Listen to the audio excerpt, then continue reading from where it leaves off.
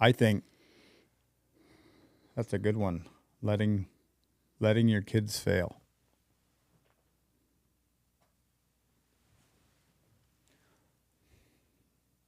Elaborate. Letting them fail how? Okay. Letting them fail at getting up in the morning. Yeah, that too, huh? Because they're almost 18 years old and mom still has to bang on the door. Actually, there's a girl in his life now, and so now he makes a little bit more of an initiative. Okay, so there's a line between letting them fail and letting them get hurt, basically, Totally. right? Yes. And you're like, Failure as a lesson, right? not but as pain. I want to bring something back, and I went over this with Elena, and she was like, "Oh, I'm glad you didn't." But Katie says, if they break something, you're gonna have to pay for it, and you're gonna have to deal with things like that. Okay, but when I walk by. And I let them do that, right? I let them learn, because if I go and show them everything, they would have never been where they're at now. But when I walk by, I'm not going to say which one it was. When I walk by, and I see a spring bowing out of a car. Oh yeah, because they took the strut nut off. Now this is a weird one. There's some where you have to lift the body off the spring, certain foreign cars do this, but this was not that one. It's a clip. There's no nuts to retain the strut mount, right? It was a weird one. Even I seen that, but I had a different approach to it, and I showed him after the fact.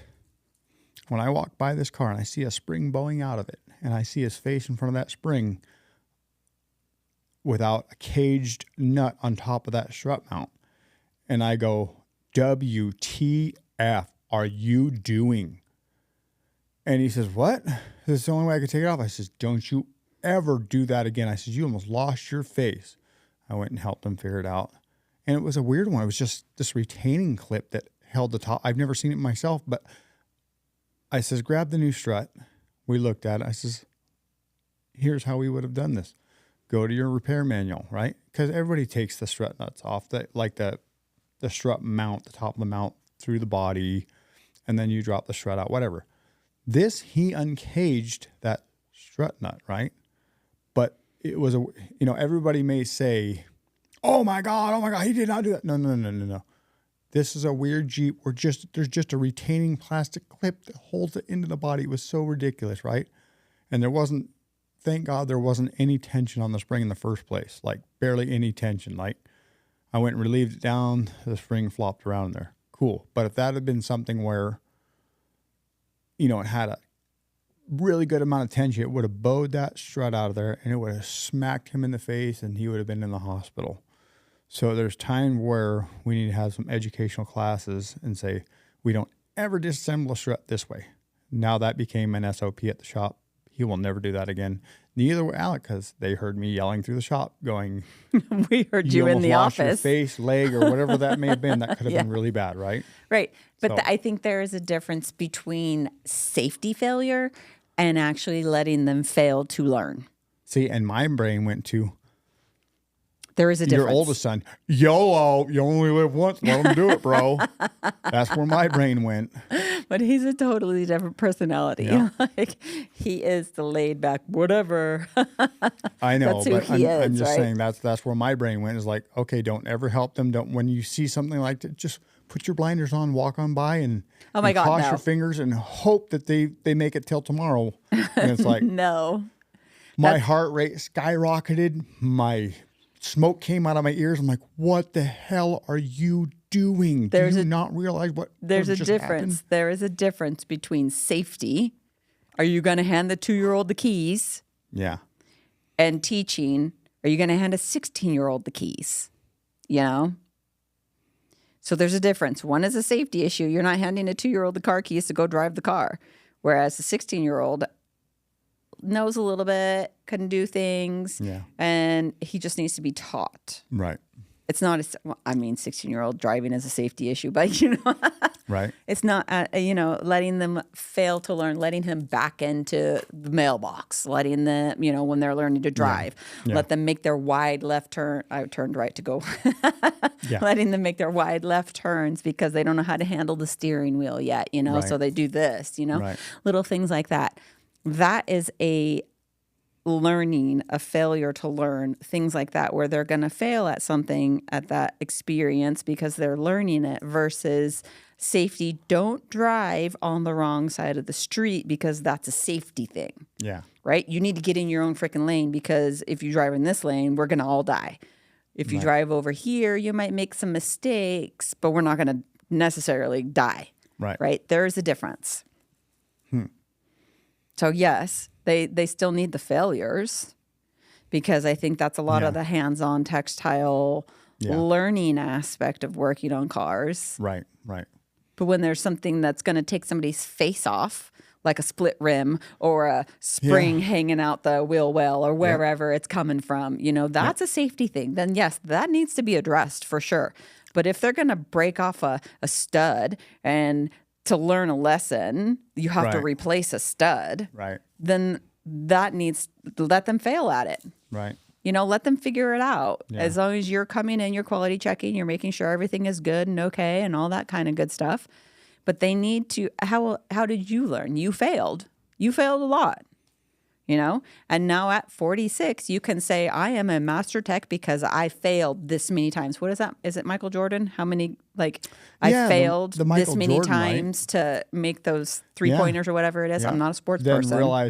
realized how much more he could do with a team and a coach, and he was like unstoppable after that, right? And I think that's really our coach. I'm seeing that, our coach is helping us, and I'm seeing a lot of help there, and allowing that who, not how. Like Elena is amazing. Yes, and you have to be open to be receptive to what people want to give to you instead of closed off and holding on tight to things, right? Yeah. You have to allow other people to fail. Well, I'm here and not running the shop. Oh, I'm not sad about that. you're not sad about that? No, I kind of don't. Is that like, not sarcastic? After our podcast, I kind of like, why does the shop need me, right? Can't I just go play around the rest of the day instead of working from 5 till 9 at night? I'm going to tell you what, if it's 80 degrees on Wednesday, I'm calling in sick. You do that. I will be in the hills. You do that. I'll be at the RC track. Okay. Let them run. See, the difference between you'll still have reception. I won't. Not if I shut my phone off like I just did. No, but seriously, there needs to be an aspect between learning through failure and safety failure. See, now you understand. That's where my brain went, right? Like you're just one broad rule over here. And I'm just like, I'm being like you and dissecting all of the colors inside of the color wheel. No, I'm like, I guess I'm not understanding what you're saying, what you mean by that, because in my head, that's exactly what I meant. Let them fail. They're going to have to learn to break it. But I mean, there is a fine line between enabling and not. I guess I don't but understand. that's what I was saying. Like you're like, they're going to have to break things and figure things out. And it's like, Yeah, but that was before the spring thing. That's a safety issue. That was, you know, something stupid. But that's what I said. My brain goes to, there's so many rules inside of that box that you just unruled that I don't need to calibrate or watch anymore, right? Like, yeah. No, you still have to watch. right. Yeah. How many surgeries did you take me to from working at a shop? I got screws in this hand. I went and put a razor blade through this hand. I did something else. Refrigerant in the eye. You got run over by a car. Yeah, ran over by a car. I know. I get that. So I when get Dad that. sees Again, these things. so exactly how many times have you failed to Right. become who you are right now? Right. But if I didn't Even have, at the safety aspects. so there are better shops where there are foremans and things like that, and I didn't have any of that. I was kind of doing my own thing and working at a bigger, broader shops or smaller shops, needless to say. And if I had a foreman or a guy like me going, "Hey, Sager, did you think about this?" "No, thank you. I won't do that." And I probably wouldn't have got my leg ran over or my hand broke or You would have got your leg around. Yes, you would have. That's who you are. I don't know. You know? We took you to the hospital for gravel in your butt. You know, I mean. Well, yeah, that was because I was like 17, 18 riding a CR 500. See, that exactly. helmet. That's who you are. You ride the line of risk. Yeah. That's just who you are. Yeah, that one hurt. Yeah. Some of the kids in the shop, they don't ride the line of risk. They're very analytical like I am. Yeah. They're going to think through things. And sometimes, I mean, yeah, that was a safety issue. That lesson needed to be taught. But when he sits there and he dissects things, he's dissecting things to figure them out and figure out the why, right? Whereas the other one is just like brought through the stuff like you are, right? Alec is more like you and Gage is more like me, a thought process behind it. Yeah, well, he wasn't thinking about that spring very well. There are some days I don't think about things either, you know, and then I end up stupid. But I remember I was taking a spring apart on an F-150, and the newer F-150s are pretty strong.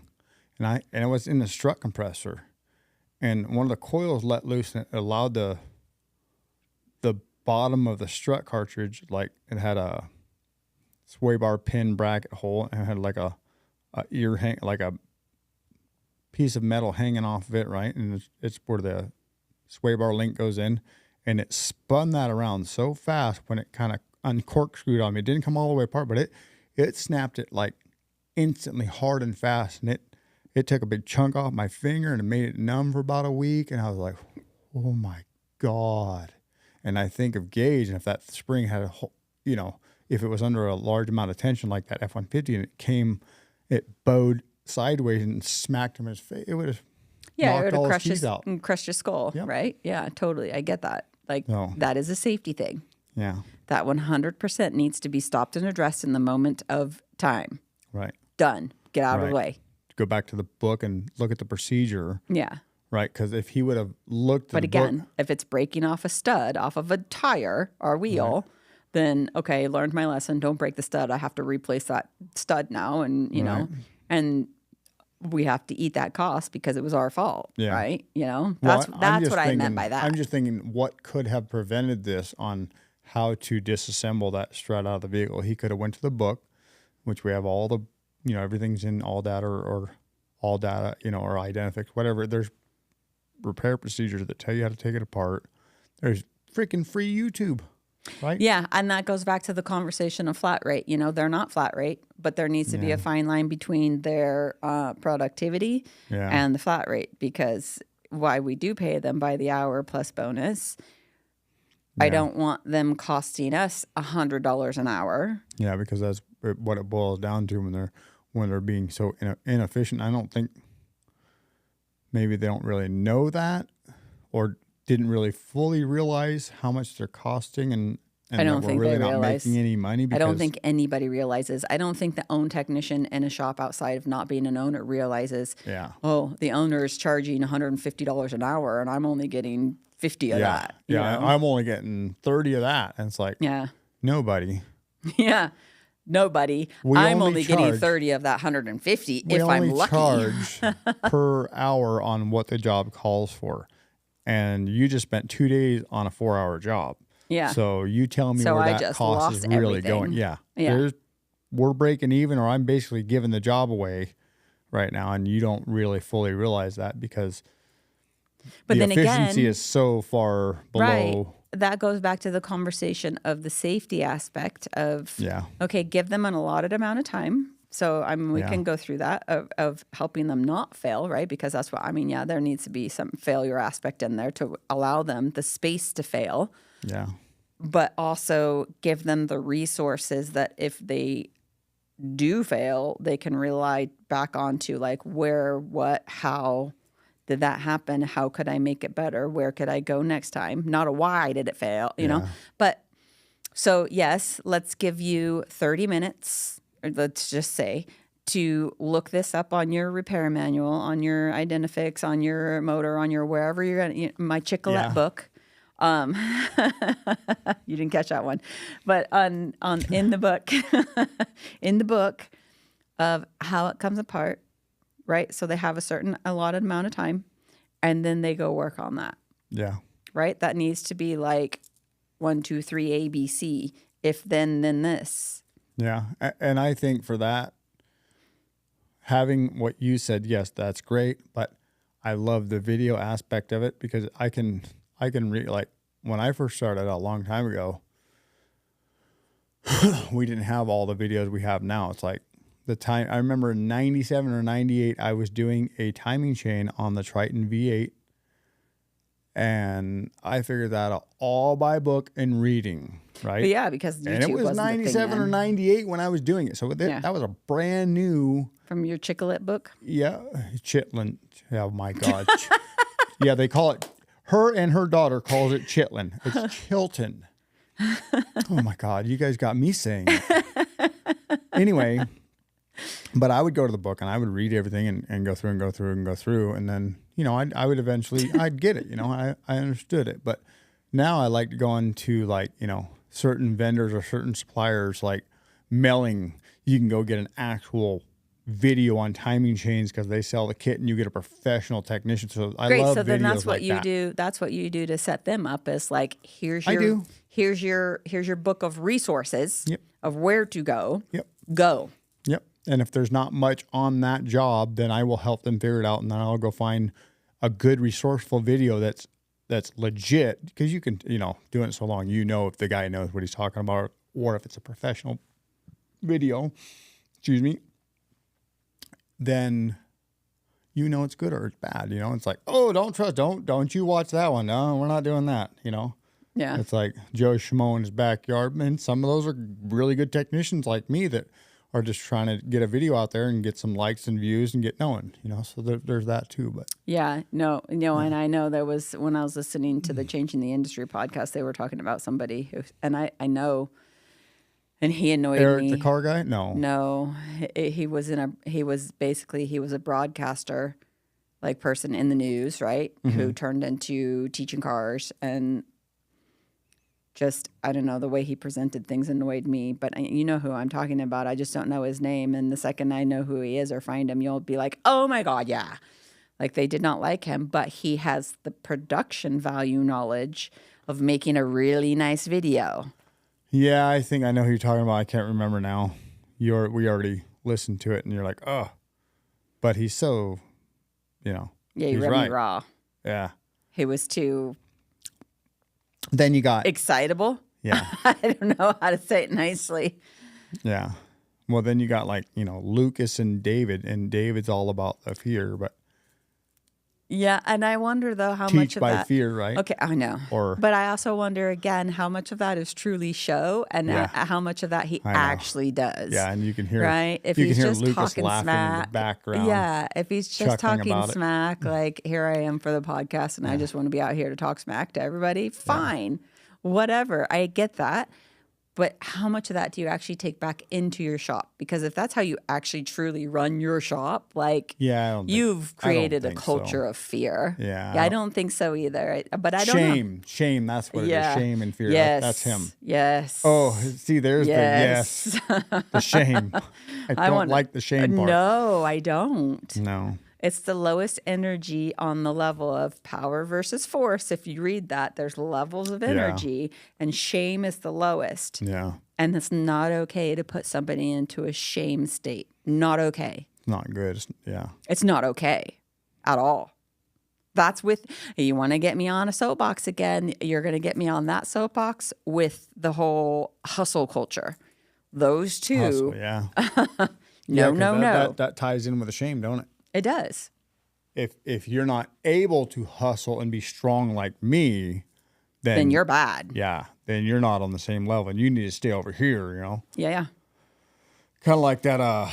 You get these bodybuilders and influencers, and there's a lot of good ones. Don't get me wrong, but there's a lot like, and I don't know how much of it's show, but you get like the Mike O'Hearn and the guys like that follow him.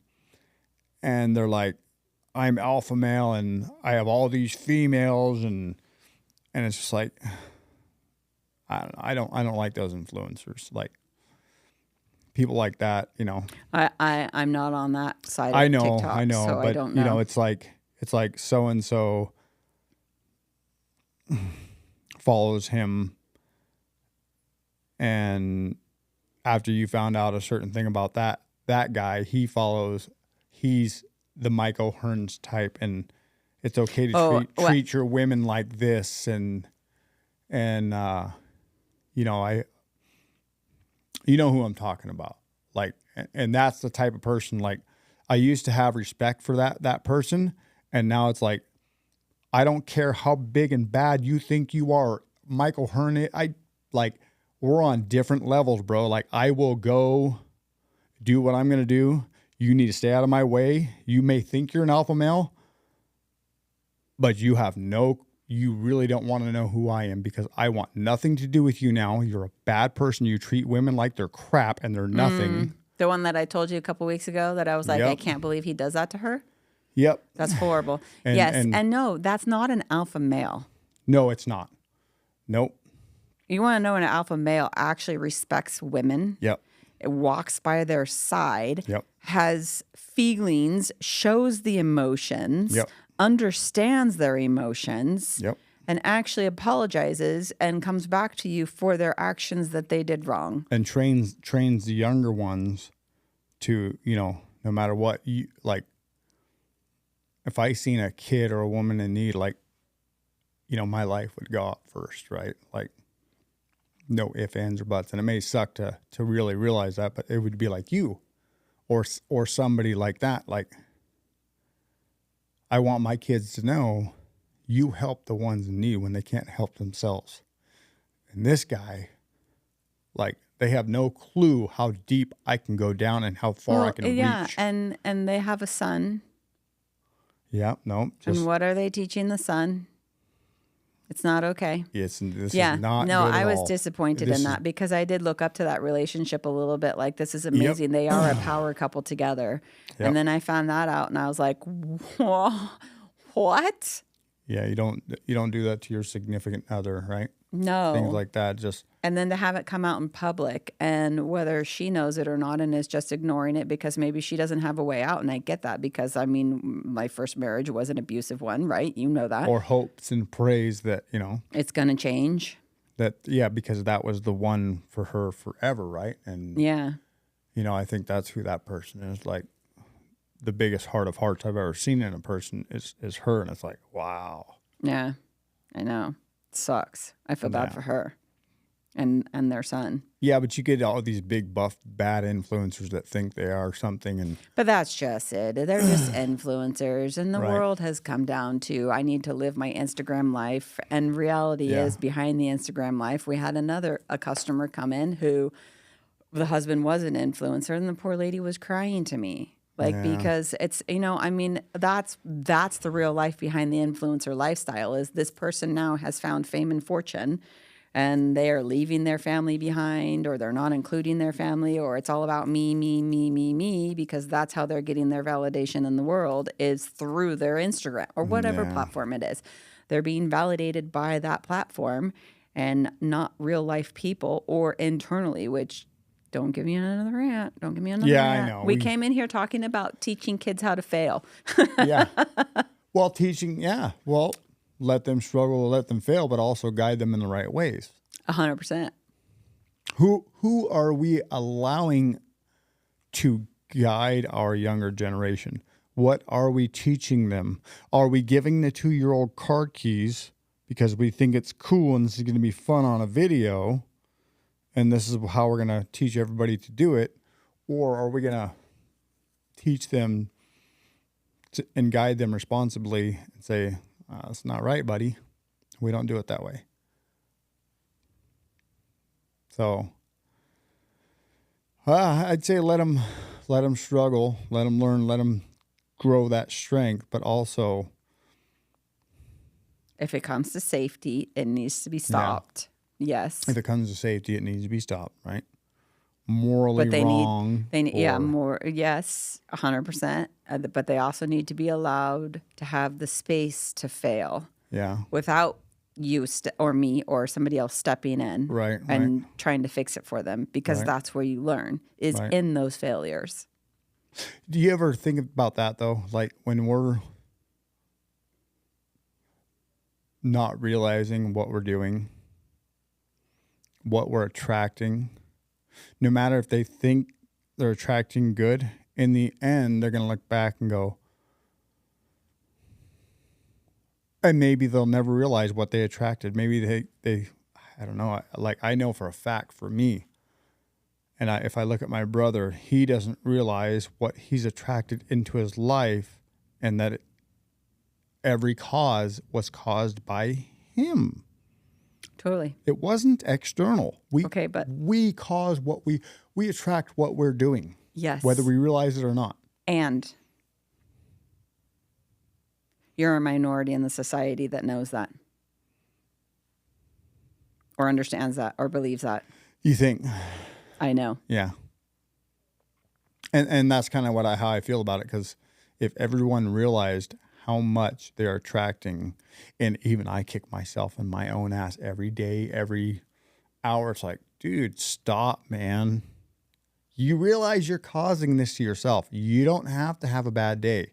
You can stop and reset and attract positive and better and have a calm, better day, instead of going, I got to choke this little thing until it's fixed, right?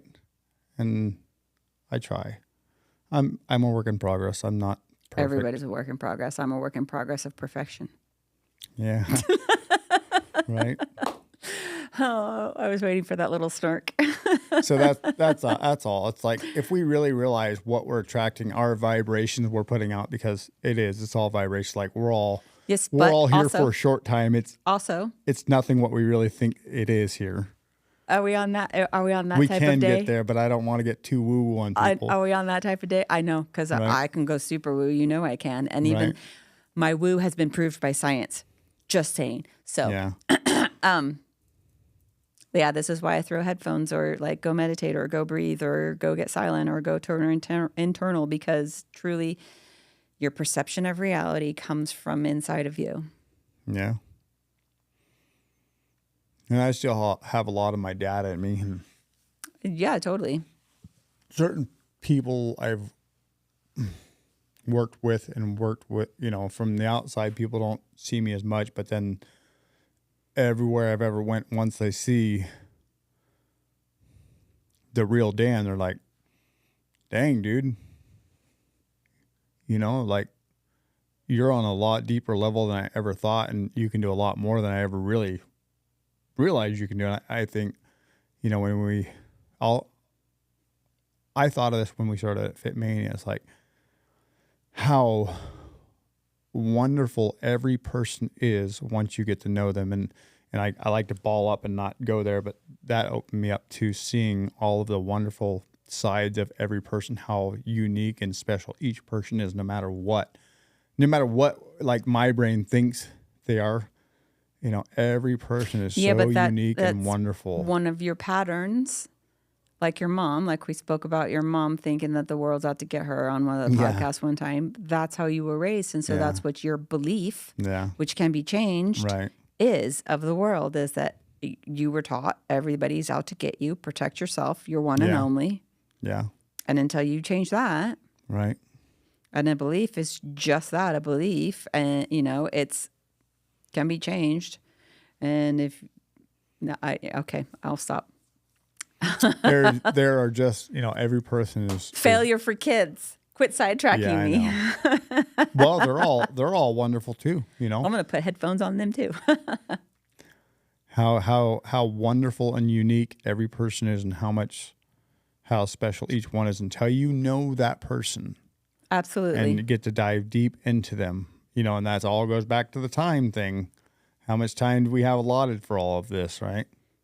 Or anything, or any one person, right? Doesn't matter, right? But then you got those people that go down that rabbit hole of like, time is not linear. So yeah.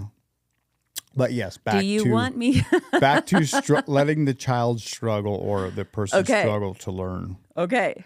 We're not going over if we here. don't, if I didn't allow them, like Austin, our 30-year-old, Alec, our 28-year-old, Gage, our almost 18-year-old, Cheyenne, our 20 going on 23-year-old. She is 23. 23, she's going on 24. Oh my God.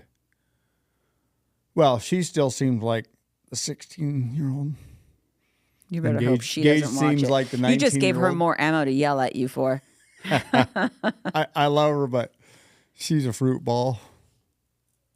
And, letting them all struggle. But Cheyenne learned a lot about customer service and dealing with customers. At first, she was like, Elliot, remember? You said to her when she got out of church, she's like, because she had to pay for her accident. She got in, she's like, you go work with Dad. She's, I'll never work with him. I remember that. I was like, ha, ha, ha, ha. And Yeah, then she but came that's to work because for I me. made her go work in the cornfields, and Yeah, then then she you- worked at Olive Garden as a Then you let her dishwasher, and her struggle. poor feet, and Yeah, exactly. Then you let her She struggle. learned a little bit of failure. Yep. Exactly. And then she likes sitting on the big comfy couch, answering phones, talking to people because she loves talking to people, and that's all she likes doing. She loves people. She does. She loves talking. She loves Yep. telling the family secrets, So even yeah, if she exaggerates So she them. did really good answering the phone and talking up front, but and then certain rules came through that she didn't want to abide by and said, Yeah. "Screw you, But bro! again, I'm not that's listening to you." I'm A like, "All lesson right, of failure. peace out, homegirl. Yeah. Love you." I have no ill will towards her at all whatsoever. She's my daughter, and I love her to death, right? And I Totally. wish she didn't put me on the shine, which is just a whole Totally. other thing. But I had to learn that lesson through Austin and my super dark days through that one to let her be able to make her own choice and understand that. So I am detached from her choice Yeah, of like, that's not my fault. yeah, She made that choice. When she's ready to come back and want to be a part of the family again, I will welcome her with open arms like she'd never left. yin and yang, like not just her, like we had to struggle and learn with them. Yeah, but I had already learned that lesson that she's trying to teach me right now. Yeah, yeah. So we were already wise to her crap. Yeah, I had already learned that. Her brother taught me good on that one. Like Yeah, dark days for me. Yeah. Dark days. yeah, And I had to detach my own identity of worthiness in motherhood. So you got to see what your parents or your mom dealt with you then too, right? Or do you Yeah. think your mom No. Yes. didn't feel like you do?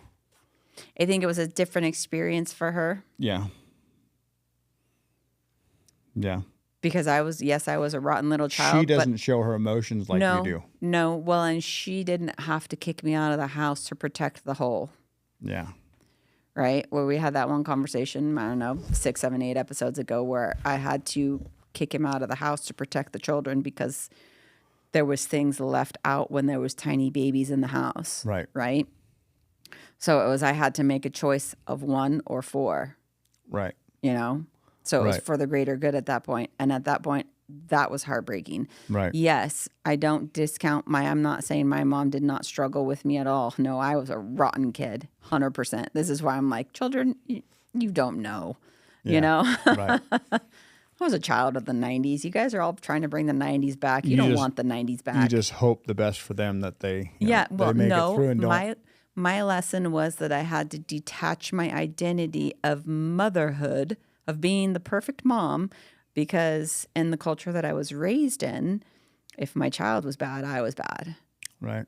And so I had to separate myself from that identity of bad child, bad mother to he made a choice I don't agree with, and I hope he turns around. Right. Right. And he's doing pretty good. He's got 6 kids now. 6 of them little suckers, and Oh he's my totally got a goodness. little mini me. Oh my gosh, looking at Nixon, just totally. Oh my gosh, I'm like, oh, it's a little Austin. Yeah. Oh, it's my little baby. You get a chance to do it all over again, No, huh? I don't. I get a chance to play with them when I'm actually an adult and my frontal lobe has been developed, right? Yeah. Oh God. Yeah, every year, every time one of those kids hits that age, look at Elliot right now. I Yeah. was almost in 2 months of his age right now. In 2 more months, he has a girl pregnant. Right. That's how old I was. Right. Could you imagine? Can you even imagine Elliot being a parent? Yeah. No. Yeah. That's the struggle I put my mom through. That was Katie. That was the struggle. Yeah. That's crazy. Yeah. Every kid that gets to that age, I'm like, oh God, I will kill you. That failure lesson is not allowed. But yeah, well, I guess you see that in the children we have together, and then I see that the dangerous aspect of things where, last week I was like, walked by, I went, Twitch, what are you doing? Yeah. What is this? What do you mean, what is this?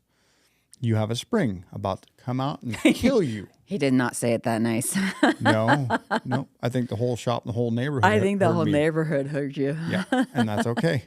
You were louder than the train.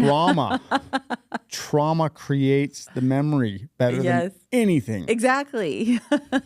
So exactly. Dad left some trauma in Gage that day, but he lived, and now he knows not to disassemble a spring like that ever again. Ever. But then he seen me cut the spring once I relieved the tension, because now the strut's apart. We couldn't get it back in, so we were doing struts, and I actually put a cut in the spring and then took it out in pieces so it didn't hurt anybody, and then took the rest of the spring out. Once there was no tension for the spring to go bang, bang, bang, bang, then it was okay. But until we got to that part, once there's no energy stored, then we're okay. Got to get rid of the stored energy first, right?